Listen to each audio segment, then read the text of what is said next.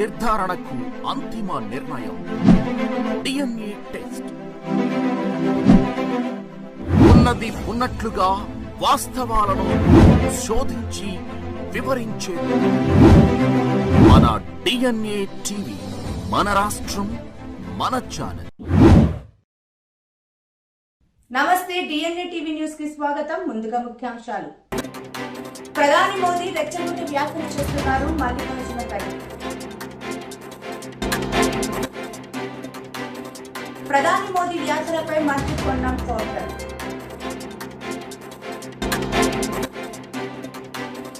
భూ వివాదం, మల్లారెడ్డి ఎంపీతో ఉద్రిక్తత. సీఎం జగన్ దంపతులు లండన్ కు చేరుకున్నారు.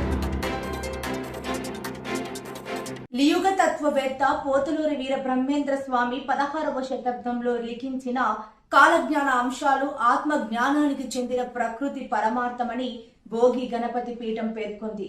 వైశాఖ దశమి రోజున వీర బ్రహ్మేంద్ర స్వామి 331వ ఆరాధన సందర్భంగా శనివారం ఉదయం పీఠంలో గురు పూజలు నిర్వహించి కాలజ్ఞాన గ్రంథ ప్రవచనం నిర్వహించారు. ధర్మాచరణే భక్తి తత్వమని జగద్గురువు శంకరాచార్య వలె వీర బ్రహ్మేంద్ర స్వామి అభ్యుదయ సంస్కరణతో జగద్విఖ్యాతి పొందారని పీఠం ఉపాసకులు దూసర్లపూడి రమణరాజు పేర్కొన్నారు. బ్రహ్మం గారి ఆరాధనతో బ్రహ్మ విష్ణు మహేశ్వర త్రినాథ వ్రత ఫలితం లభిస్తుందన్నారు. తొలుతగా గణపతి పూజ, శ్రీవారి 30వ జపయజ్ఞ పారాయణ జరిగింది. శ్రీవారి సమాజం సభ్యులు సుబ్బు, లక్ష్మి, శ్రావణి, వరలక్ష్మి, పద్మజ, ఆదిలక్ష్మి, మంగతాయారు, కాంతం, శైలజ, మణి, సంధ్యారెడ్డి, వర్మ, సుబ్బారాజు తదితరులు పాల్గొన్నారు. శ్రీ పోతులూరి వీరబ్రహ్మేంద్ర స్వామి వారి 331వ ఆరాధన దినోత్సవం 18/5/2024 ఈ రోజున బనగానపల్లిలో బ్రహ్మంగారి మఠం వద్ద అద్భుతమైనటువంటి ఉత్సవం జరుగుతుంది. శ్రీ పోతులూరి వీరబ్రహ్మేంద్ర స్వామి వారి యొక్క ఆరాధకులందరూ కూడా ఈ రోజున ఆ యొక్క పూజా కార్యక్రమాన్ని నిర్వహించుకుంటారు. మన స్వయంభూ భోగి గణపతి పీఠంలో ప్రతి ఏడాది కూడా పోతులూరి వీర బ్రహ్మేంద్ర స్వామి వారి ఆరాధన కార్యక్రమం జరుగుతుంది. ఈ రోజున 30వ శ్రీవారి జపయజ్ఞ పారాయణ జరిగినటువంటి సందర్భంలో శ్రీ పోతులూరి వీర బ్రహ్మేంద్ర స్వామి వారి యొక్క ఆరాధన కార్యక్రమం జరిగింది. శ్రీ పోతులూరి వీర బ్రహ్మేంద్ర స్వామి వారు 331 సంవత్సరాల క్రిందట ఇదే రోజున వారు సహజ సిద్ధ సమాధిలోకి వారు వెళ్ళడం జరిగింది. శ్రీ పోతులూరి వీర బ్రహ్మేంద్ర స్వామి వారు తత్వవేత్త, సంఘ సంస్కర్త. ఆయన కులాల్ని, మతాల్ని అన్నింటినీ కూడా సమంగా చూచేవారు. ధర్మాన్ని ఆచరించమని చెప్పేవారు. జగద్గురు ఆది శంకరాచార్యులు వారు ఏ రకంగా అయితే దేశాటన చేశారో అదేవిధంగా పోతులూరి వీర బ్రహ్మేంద్ర స్వామి వారు కూడా దేశాటన చేశారు. శ్రీ పోతులూరి వీర బ్రహ్మేంద్ర స్వామి వారు ప్రకృతాంబ గర్భాన్ని జన్మించారు. వీరపాంబమాంబ దగ్గర పెరిగారు, అంటే కృష్ణుడు యశోద దగ్గర పెరిగినట్టుగా. అట్లాగే గరివిరెడ్డి అచ్చిమాంబ గారి ఇంటి దగ్గర గోవుల కాపరిగా పనిచేశారు. కృష్ణ పరమాత్ముడు కూడా అదేవిధంగా గోవుల కాపరిగా చేశారు. శ్రీ పోతులూరి వీర బ్రహ్మేంద్ర స్వామి వారు 9 సంవత్సరాల వయసు వరకు కూడా బెంగళూరులో ఉన్నటువంటి పాపాగ్ని మఠంలో ఆయన ఎదిగారు. బాల్యంలో ఆయన తల్లికి పిండోత్పత్తి గురించి, ఈ యొక్క మానవ జీవితం యొక్క విశేషాల గురించి చిన్న వయసులోనే ఆమెకి తెలియపరిచి ఆయన దేశాటనకి వెళ్ళారు. కందిమల్లాయిపల్లి, బనగానపల్లిలో ఉన్నారు. వారు గోవిందమామని వివాహం ఆడారు. 5గురు సంతానం, 86 సంవత్సరాలు సంపూర్ణమైనటువంటి ఆరోగ్యంతో ఉన్న సమయంలోనే ఆయన సహజ సిద్ధ సమాధిలోకి వారు వెళ్ళారు. శ్రీ పోతులూరి వీర బ్రహ్మేంద్ర స్వామి వారు కలియుగంలో జరగబోయేటువంటి వాస్తవాలు ఏవైతే ఉన్నాయో వాటన్నిటినీ కూడా వారు తాళపత్ర గ్రంథాల్లో నిక్షిప్తం చేసి ఈ ప్రపంచానికి అందించారు. అందులో మనకి అందినవి 25% మాత్రమే. మిగిలిన 75% కూడా తస్కరించబడినటువంటి విషయంగా తెలుస్తున్నటువంటి వాతావరణం ఉంది. శ్రీ పోతులూరి వీర బ్రహ్మేంద్ర స్వామి వారు సాక్షాత్తు విష్ణు స్వరూపంగా జన్మించినటువంటి స్వామిగా అందరూ కూడా ఆరాధిస్తారు. అదేవిధంగా సిద్ధయ్య పరమేశ్వరుడు యొక్క జన్మగా భావిస్తారు. అదేవిధంగా ఈ బ్రహ్మ విష్ణు మహేశ్వరుల యొక్క త్రిమూర్తాత్మక స్వరూపంగా త్రినాథ వ్రతం చేసినటువంటి ఫలితం ఏదైతే ఉంటుందో పోతులూరి వీర బ్రహ్మేంద్ర స్వామి వారి యొక్క ఆరాధనలో కూడా అదే రకమైనటువంటి వైభవం కలుగుతుంది, సిద్ధిస్తుంది. ఓం ఐం హ్రీం క్లీం శివాయ బ్రహ్మణే నమః. కాకినాడ బార్ అసోసియేషన్ ఆధ్వర్యంలో నిర్వహించిన వైస్ ప్రెసిడెంట్ ఎన్నిక కీలకంగా మారింది. ఇందుకు సంబంధించి శుక్రవారం పోలింగ్ ప్రక్రియ ప్రశాంతంగా కొనసాగుతోంది. కాకినాడ బార్ అసోసియేషన్లో సుమారు 850 మంది న్యాయవాదులు ఈ పోలింగ్ ప్రక్రియలో తమ ఓటు హక్కును వినియోగించుకున్నారు. సాధారణ ఎన్నికలకు ఏమాత్రం తీసుకోకుండా రహస్య బ్యాలెట్ ఓటింగ్ను ఇక్కడ నిర్వహించడం జరిగింది. బాగా అసోసియేషన్ నియమించిన ఎన్నికల అధికారి చంద్రశేఖర్ పర్యవేక్షణలో ఈ ఎన్నికలు ప్రశాంతంగా కొనసాగాయి. మధ్యాహ్నం 2 గంటల సమయానికి 500కు పైగా ఓట్ల శాతం నమోదు చేసినట్లు ఎన్నికల అధికారులు తెలిపారు. సాయంత్రం 5 గంటల తర్వాత పోలింగ్ ప్రక్రియను పూర్తి చేసి అనంతరం ఓట్ల లెక్కింపు నిర్వహించి వైస్ ప్రెసిడెంట్గా ఎన్నికైన అభ్యర్థిని ప్రకటిస్తారు తెలిపారు. ఇప్పటికే బార్ అసోసియేషన్ అధ్యక్ష గౌరవ సభ్యులు ఏకగ్రీవ నియామకం కావడం జరిగిందని, కేవలం వైస్ ప్రెసిడెంట్ స్థానానికి మాత్రమే నామినేషన్లు వేయడంతో ఇక్కడ ఎన్నికల ప్రక్రియ అనివార్యమైనట్లు తెలిపారు. నేను TPR Chandrasekhar advocate, Kakinada bar association. నన్ను ఈ సంవత్సరం 24-25 సంవత్సరం తాలూకు బార్ ఎలక్షన్స్ కండక్ట్ చేయడానికి నన్ను చీఫ్ ఎలక్షన్ ఆఫీసర్గా బార్ వారు నియమించారు. దాని ప్రకారం ముందుగా నోటిఫికేషన్ ఇచ్చి 8-9 తారీఖుల్లో నామినేషన్స్ తీసుకున్నాం.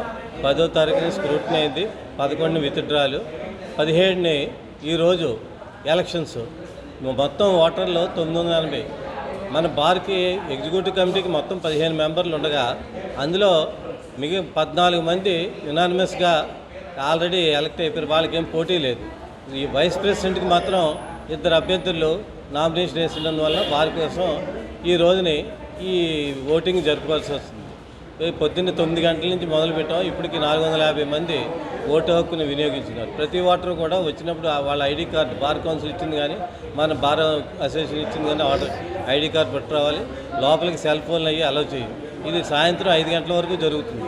సాయంత్రం 5 గంటలు అయిన తర్వాత 5:30కి కౌంటింగ్ మొదలుపెట్టి వెంటనే ఈ రిజల్ట్ కూడా చెప్పేస్తారు. రిజల్ట్ అయిన తర్వాత ఈ నెగ్గిన 15 మందికి సర్టిఫికేట్లు ఇవ్వడం, వాళ్ళని ఎలక్ట్ అయినట్టుగా డిక్లేర్ చేయడం జరుగుతుంది. సంవత్సరం పాటు వాళ్ళకి టర్మ్ అనమాట. 31 మార్చ్ 2025 వరకు ఈ టర్మ్ ఉంటుంది.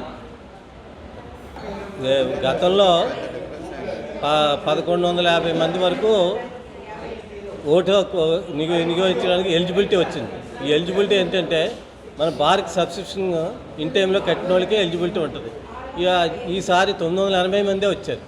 మొత్తం ఆ ఓటు హక్కుని వినియోగించడానికి ఎలిజిబిలిటీ అంతమందే కట్టారు కానీ వాళ్ళకి వచ్చింది.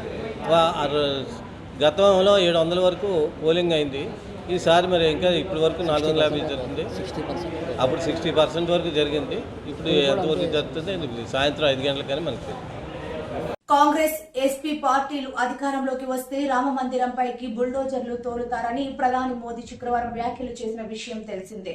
ఆ వ్యాఖ్యలను కాంగ్రెస్ అధ్యక్షుడు మల్లికార్జున్ ఖర్గే తప్పుపట్టారు. ఇప్పటి వరకు తాము బుల్డోజర్లు వాడలేదని, రెచ్చగొట్టే వ్యాఖ్యలు చేస్తున్న వారిపై ఎన్నికల సంఘం చర్యలు తీసుకోవాలని, ప్రధానమంత్రియే ప్రజల్ని రెచ్చగొడుతున్నారని, తమ ప్రభుత్వం అధికారంలోకి వచ్చిన తర్వాత రాజ్యాంగం ప్రకారం అన్నిటినీ రక్షిస్తామని, రాజ్యాంగాన్ని ఫాలో అవుతామని ఆయన అన్నారు. मैं भी 53 साल से पॉलिटिक्स में हूँ. एमएलए बन के और एमपी राज्यसभा बन के मेरे भी 53 साल हो गए. ऑफ कोर्स हमारे शरद पवार साहब हमसे भी 5 साल आगे हैं, क्योंकि वो पहले से ही राजकारण में आए और उन्होंने अपनी ताकत भी रखी महाराष्ट्र में. साथ ही साथ उद्धव ठाकरे जी भी जब आए तब से वो भी पॉलिटिक्स में टिक के रहे हैं. तो मेरा एक ही कहना है कि ये जो विश्वासघात की पॉलिटिक्स चल रही है और मोदी सरकार ने संविधान संस्थाओं का दुरुपयोग कर रही है, धमकी, ब्लैकमेल और लालच से विपक्ष दलों में फूट डालकर उन्हें तोड़फोड़ किया जा रहा है. ऊपर से अन्याय ये हुआ है कि जो असली दल है उनसे उनका पार्टी सिंबल छीनकर भाजपा को समर्थन करने वाले दलों को दिया गया. यानी आप बोलेंगे तो ये कोर्ट का फैसला है, सीईसी का फैसला है. सब चीजें मोदी जी के इशारे पे चलते हैं, इसमें कोई दो राय नहीं है। वो जो कहते हैं वही होता है, लेकिन इस बार इलेक्शन में वो नहीं होगा। ये जनता की लड़ाई खुद जनता लड़ रही है उनके खिलाफ, और इस लड़ाई में जनता जीतेगी। और इनके जो कारनामे हैं उसके ऊपर अभी लोग बहुत नाराज हैं, और यहाँ तक कि डेमोक्रेसी की बात बार बार वो करते हैं, लेकिन डेमोक्रेसी के तहत नहीं चलते। मैं सुना यहाँ पर कॉरपोरेशन के इलेक्शन भी 2 साल से नहीं हुए। यही डेमोक्रेसी है मोदी जी की। तो ऐसे कई चीज उन्होंने यहाँ पर महाराष्ट्र में नहीं, हर जगह ये काम किए हैं। और उनकी तोड़फोड़ नीति सिर्फ महाराष्ट्र तक की नहीं, पहले उसका वार हुआ कर्नाटक पर, उससे पहले वार हुआ मणिपुर में, गोवा में, और हमारे मध्य प्रदेश में, हर जगह। वो गुजरात में भी वैसा ही कर दिए। हालांकि उनको हमको बहुत मार्जिनल फर्क था, लेकिन वहां भी तोड़फोड़ करके अपना काम उन्होंने कर लिया। तो ये उनकी एक नीति है, तो उसके खिलाफ हम लोग गठबंधन के लोग लड़ रहे हैं मजबूती के साथ। और महाराष्ट्र में तो बहुत ही मजबूत है। मैं समझता हूँ 48 में सीट, यहाँ पर 48 सीट में कम से कम हमको 46 तक मिलेंगे, ऐसी एक हवा है। और जनता खुद बोल रही है। इस बार मैं ये नहीं कहूँगा कि वो 0 पे रहेंगे, कुछ ना कुछ उनको मिलेगा जो बागी लोग हैं। लेकिन हमारी जो गठबंधन की पार्टियां हैं वो मैक्सिमम सीट लेकर वो बीजेपी को हराएगी। और दूसरी चीज ये है कि हमने चंद गारंटीज दिए हैं, जैसा कि हम कर्नाटक में दिए थे, हिमाचल में दिए थे, अपने तेलंगाना में दिए थे, वैसा ही ऑल इंडिया लेवल पे इंडिया गठबंधन के साथ बातचीत करके वो तो कॉमन मिनिमम प्रोग्राम तय होगा। लेकिन हमने जो मैनिफेस्टो में दिखाया है कि वो खास करके नौजवान लोगों को 30 लाख लोगों के जो जगह खाली है वो भर्ती करने का, पहली नौकरी पक्की करने का, और गिग वर्कर्स के लिए सामाजिक सुरक्षा देने का, मनरेगा के तर्ज पर सिटी में, अर्बन एरियाज में भी लोगों को काम देने का, और जो खास करके अपने युवाओं को जहां काम नहीं है उनको वहां पर हम ट्रेनिंग देकर 1 लाख रुपए सालाना उनको स्टाइफंड देके हम उनको भी ट्रेन कर रहे हैं। उसके अलावा जो महिला महालक्ष्मी योजना, ये बड़ी योजना है हमारी, और इसमें 1 लाख करोड़ रुपए महिलाओं को हम सालाना देंगे जो मुखिया घर की होती है। 1 लाख रुपए। तो उसी तरह 25 लाख का स्वास्थ्य बीमा हम देंगे, छात्रों का स्टूडेंट लोन भी माफ करेंगे, किसानों पर जीएसटी पूरी तरह हटा दिया जाएगा, क्योंकि फर्टिलाइजर पे, ट्रैक्टर पे, जो भी किसानों के इक्विपमेंट्स है उस पे हम जीएसटी पूरा हटा देंगे, फर्टिलाइजर पे। और आखिरी में मैं ये कहना चाहता हूँ कि सबसे महत्वपूर्ण घोषणा, ये तो आर्थिक राजधानी है हमारे देश की, यहाँ रिजर्व बैंक भी यही है, सब कुछ यहाँ से निकलता है। लेकिन मोदी जी आने के बाद ऐसे शहर को भी उन्होंने निग्लेक्ट किया। और बड़े बड़े जो भी है, मैं समझता हूँ एक बुलेट ट्रेन एक आया होगा, आया क्या चाललंय पण ते लवकर येणार नाही ते कारण 10 वर्ष झालंय पहिल्या वर्षीच त्यांनी केला होता अनाउन्स आता पण तो आता तिसरं काय चौथं काय त्याला काय मिळणार नाही पण वो बुलेट ट्रेन की भी बात की है वो भी नहीं हुआ अनएम्प्लॉयमेंट तो इतना बढ़ गया महंगाई इतनी बढ़ गई सब चीजें तो इन्होंने जो कुछ कहा वो कर नहीं सके और अगर हम गठबंधन की सरकार आएगी तो हमारा लोग जीएसटी को बदलकर एक सरल सिंगल रेट वाला जीएसटी सबके लिए लागू किया जाएगा।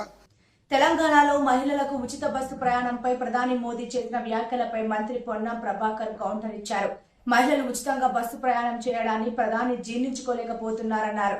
ఉచితంగా బస్సు సౌకర్యం కల్పించినంత మాత్రాన ఏదో నష్టం జరుగుతున్నట్లు మాట్లాడడం సరికాదన్నారు. ఇలాంటి చిన్న చిన్న అంశాలపై మాట్లాడి ప్రధాని స్థాయిని దిగజార్చుకోవద్దని తెలిపారు. మహిళలు ఉచితంగా బస్సులో ప్రయాణం చేయడాన్ని ప్రధానమంత్రి గారి స్థాయిలో జీర్ణించుకోలేకపోతా ఉన్నాడు. తప్పేంది కొన్ని రాష్ట్రాలు అక్కడ నుండి మహిళల మీద వారికి ఒక ఆర్థికంగా ఉపయోగపడాలనేటువంటి ఆలోచనతో ఉచిత బస్సు సౌకర్యం కలిగేసింది. వాస్తవంగా దీనికి మెట్రోకు సంబంధం లేదు. మెట్రో ప్రయాణికుల సెక్టర్ మెట్రో ప్రయాణికులదే. ఇవాళ కూడా మెట్రో పరంగా ఇంటర్వ్యూ చేస్తే ఇంకా బోగిలు పెంచమని అడుగుతూ ఉన్నారు. అది వదిలిపెట్టి ప్రధానమంత్రి గారు రాజకీయపరమైనటువంటి లబ్ధికి సంబంధించిన విషయంలో ఆలోచన చేస్తూ ఉన్నారా? ఇంత బస్సు ప్రయాణానికి సంబంధించినటువంటి దాని మీద ప్రధానమంత్రి గారు ఎందుకు ఆ విధంగా వ్యవహారం చేస్తుందో తెలియదు. కానీ తెలంగాణ రాష్ట్ర ప్రభుత్వం కాంగ్రెస్ పార్టీ తప్పకుండా మహిళలకు ఎవరన్నీ తెలంగాణలో ఉన్నటువంటి హైదరాబాద్లో మెట్రో వాళ్ళు ఏం చేసినా ఇంకోరు ఏం చేసినా ఉచిత బస్సు ప్రయాణం అనేటువంటి ఏ ఇబ్బంది భవిష్యత్తులో ఉండదు. దీనికి ఇంకా కొన్ని రూట్లు పెంచి కొన్ని బస్సులు పెంచి కొంత ఇంకా సౌకర్యంగా చేయడానికి మా ప్రయత్నం కొనసాగుతుంది. ఆ విషయాన్ని గమనించాలి. ప్రధానమంత్రి గారు మీరు మహిళల మీద ఆడిపోసుకోవడం బంద్ చేసుకోండి. ఈ విధంగా ఉచితంగా బస్సు ఇచ్చేంత మాత్రాన మీకు నష్టం జరుగుతున్నట్టు అజీర్తి అయినట్టు మాట్లాడితే మంచిది కాదు. ఇటువంటి చిన్న పరమైన వ్యాఖ్యలు చేసి ప్రధానమంత్రి స్థాయికి దిగజార్చుకోవద్దని ఈతో చెప్తాను. దివంగత మాజీ ముఖ్యమంత్రి దామోదరం సంజీవయ్య ట్రస్ట్ అందిస్తున్న సేవలు ప్రశంసనీయమని ఏపీడబ్ల్యూజేఎఫ్ రాష్ట్ర కార్యదర్శి ప్రెస్ క్లబ్ అధ్యక్షులు Kokyana Venugopal electronic media association S Joginaidu అన్నారు. దామోదరం సంజీవయ్య ట్రస్ట్ ఆధ్వర్యంలో ఆ ట్రస్ట్ వ్యవస్థాపక అధ్యక్షులు దివంగత ఎస్ఆర్ గంజి, దివంగత ప్రొఫెసర్ గంజి సంజీవయ్య వర్ధంతి సందర్భంగా శ్రీకాకుళం నగరంలోని మదర్ తెరీసా హోంలే వృద్ధులు విభిన్న ప్రతిభావంతులకు శనివారం పండ్లు పంపిణీ చేశారు. ఈ సందర్భంగా వారు మాట్లాడుతూ పిన్న వయస్సులోనే ముఖ్యమంత్రిగా ఏఐసిసి అధ్యక్షుడిగా సంజీవయ్య ఉమ్మడి ఆంధ్రప్రదేశ్ రాష్ట్రానికి విశేషమైన సేవలు అందించారని, ఆయనతో సాన్నిహిత్యం ఉన్న ఎస్ఆర్ గంజి సంజీవయ్య పేరుతో ట్రస్ట్ ఏర్పాటు చేయడంతో పాటు తన కుమారుడికి అదే పేరు పెట్టారన్నారు. భవిష్యత్తులో మరిన్ని కార్యక్రమాలు నిర్వహిస్తామని ట్రస్ట్ చైర్మన్ డాక్టర్ ఎజ్రా అన్నారు. ట్రస్ట్ సభ్యులు కాటం హనీరోజ్, న్యాయవాది కట్టా పార్థసారథి, ఎన్ కిరణ్, బి రవీంద్రబాబు, మాజీ sarpanch Aludu Appanna, RP Rao, Y Abraham, Y Srinivasarao, A Yesudasu, M Ramana, senior journalist Korlana Kondababu తదితరులు పాల్గొన్నారు. స్వానిక జగన్నాథపురం అనేమ్మఘాటి సెంటర్లో విశ్వబ్రాహ్మణ యువజన సంక్షేమ సేవా సంఘం కమ్యూనిటీ హాల్ నందు జగద్గురు మద్ విరాట్ పోతులూరి వీర బ్రహ్మేంద్ర స్వామి 331వ ఆరాధన మహోత్సవమును ఆవుపాటి ఉమంతర ఆధ్వర్యంలో చేబాలు వీర రాఘవులు అధ్యక్షుడు ఈఎస్ పుణ్య దంపతులు, ఆవుపాటి ఉమ్ము శంకర్, ఆమతి సత్యవేణి దంపతులచే స్వామికి సుగంధ ద్రవ్యాలతో అభిషేకాలు, పూజా కార్యక్రమాలు చేయటం జరిగింది. అనంతరం భక్తులకు ప్రసాద్ వితరణ చేయటం జరిగింది. ఈ సందర్భంగా గౌరవ అధ్యక్షులుగా నెల్లిపూండి ఉదా విశ్వబ్రాహ్మణ సంఘం అధ్యక్షులు చెల్లూరి సత్యనారాయణ, ప్రధాన కార్యదర్శిగా ధర్మారావు, కోడి సత్యబాబు, కాకినాడ పట్టణ 2వ అర్చక సంఘ అధ్యక్షులు, కార్యదర్శులు, గౌరవ పెద్దలు, భక్తులు, సంఘ శుభాలు, భారీ సంఖ్యలో భక్తులు తదితరులు పాల్గొన్నారు. అందరికీ నమస్కారం. ఈరోజు జగన్నాథపురం అన్నమఘాటి సెంటర్లో శ్రీ విశ్వబ్రాహ్మణ యువజన సంక్షేమ సేవా సంఘం వీర బ్రహ్మేంద్ర స్వయం సేవా సంస్థ ఆధ్వర్యంలో గౌరవ అధ్యక్షులు చేబ్రోలు వీరరావు గారి అధ్యక్షతన ఈ 331 ఆరాధన మహోత్సవం జగద్గురు శ్రీమద్ విరాట్ పోతులూరి వీర బ్రహ్మేంద్ర స్వామి పూజా కార్యక్రమాలు కడుర మీంగ Kakinada rural and urban Vishwabrahmana సంఘాల అధ్యక్షులు చెల్లూరు సత్యనారాయణ గారు, అలాగే ప్రధాన కార్యదర్శి బుట్టా భాస్కర్ రావు గారు, కాకినాడ జిల్లా గౌరవ సలహాదారులు అంగులూరు ధర్మారావు గారు, కాకినాడలో ఉన్న అధ్యక్ష కార్యదర్శులు, మిగతా కార్యవర్గ సభ్యులు, పెద్దలు అందరూ భక్తులు అందరి ఆధ్వర్యంలో పూజా కార్యక్రమాలు చేసి స్వామివారికి సుగంధ ద్రవ్యాలతో అభిషేకాలు చేసి స్వామివారి కృపకు పాత్రలు అయ్యాం అందరూని.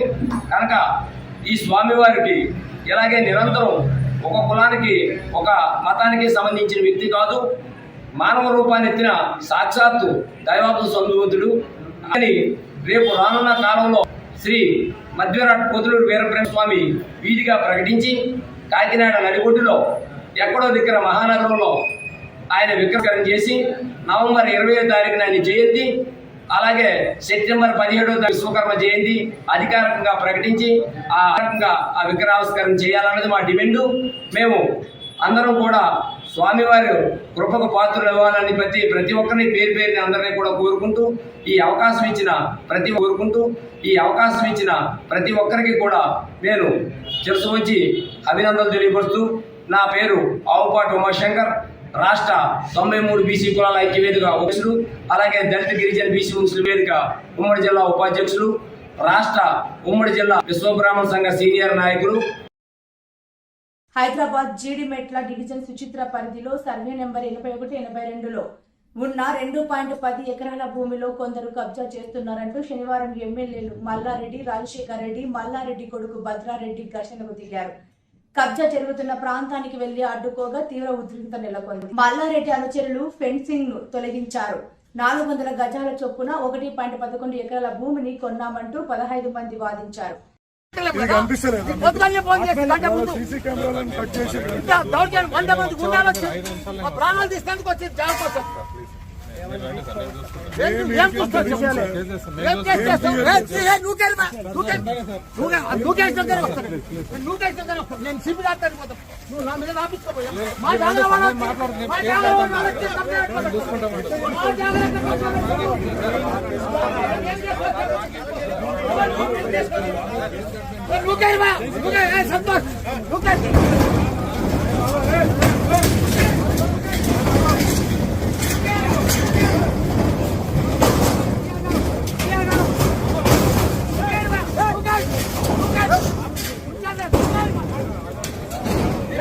సీఎం జగన్ దంపతులు లండన్ కు చేరుకున్నారు. కుటుంబ సభ్యులతో కలిసి లూటన్ ఎయిర్పోర్ట్ కు చేరుకున్న సీఎం కు అక్కడి ప్రవాసాంధ్రులు ఘన స్వాగతం పలికారు.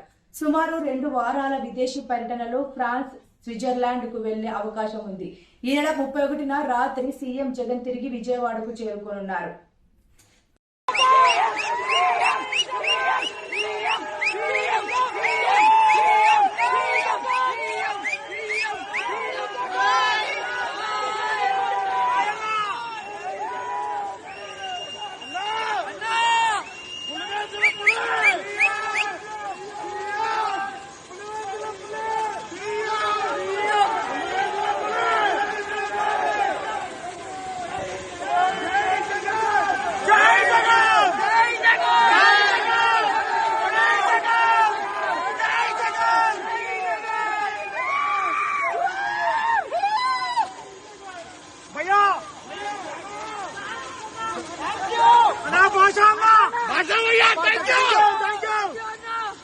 వార్తలు ముగించే ముందు ముఖ్యాంశాలు మరోసారి.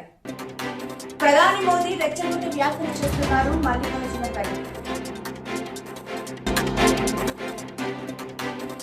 ప్రధాని మోదీ వ్యాఖ్యలపై మంత్రి పొన్నం కౌంటర్.